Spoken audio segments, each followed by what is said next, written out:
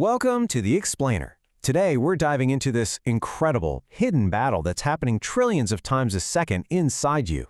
It's the fight for order right at the edge of every single cell. Let's uncover how this tiny, tiny border is basically the key to life itself. So let's just jump right in with a big question. The universe, it tends to lean towards chaos and disorder, right? So how on earth does life pull off this miracle of creating a perfectly controlled, orderly world inside something as tiny as a cell? Well, the answer lies with a structure that's kind of both a wall and a door, a barrier and a bridge. We're talking about the cell's ultimate gatekeeper. And that structure is, of course, the cell membrane. Its job is absolutely critical. It meticulously decides what gets a ticket to come in and what gets kicked out. Basically, it's selectively permeable, which is just a fancy way of saying it's a super picky bouncer. This whole mission, this constant balancing act, it actually has a name: homeostasis. It's the cell's obsession with keeping its internal environment just right, no matter what kind of chaos is happening on the outside. So you might be wondering what kind of brilliant design lets this bouncer do its job so well. Let's get into the anatomy. Biologists have a great name for the membrane structure: the fluid mosaic model. The best way to think about it is like a sea of oily lipids with all these protein icebergs just kind of floating around in it. Yeah, it's not some rigid wall. It's totally fluid, flexible, and just constantly moving. So the main ingredient in that sea is this awesome little molecule, the phospholipid.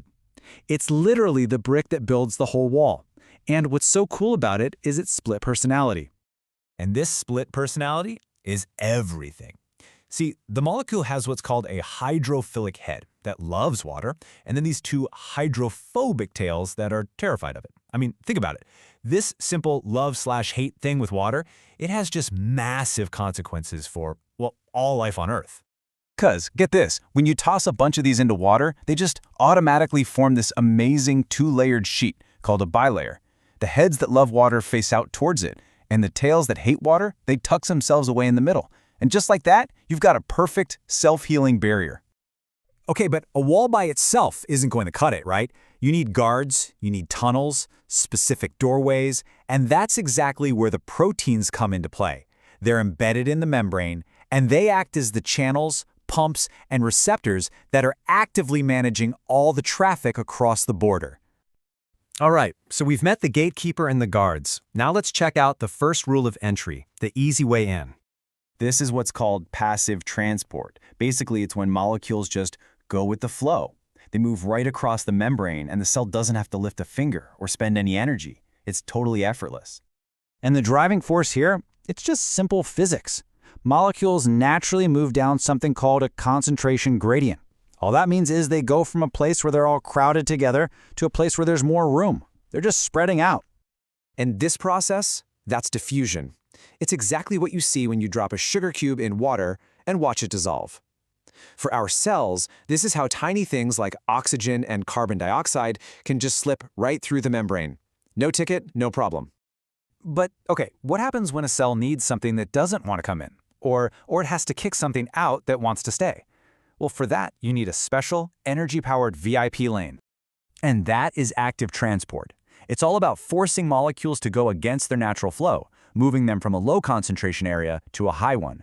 And just like pushing a boulder uphill, it takes a lot of effort. So here's how it works. Those protein guards we talked about, they act like pumps. They'll literally grab a specific molecule, use a little packet of energy called ATP, and then physically shove it across the membrane, even when it wants to go the other way. So that's the key difference, right?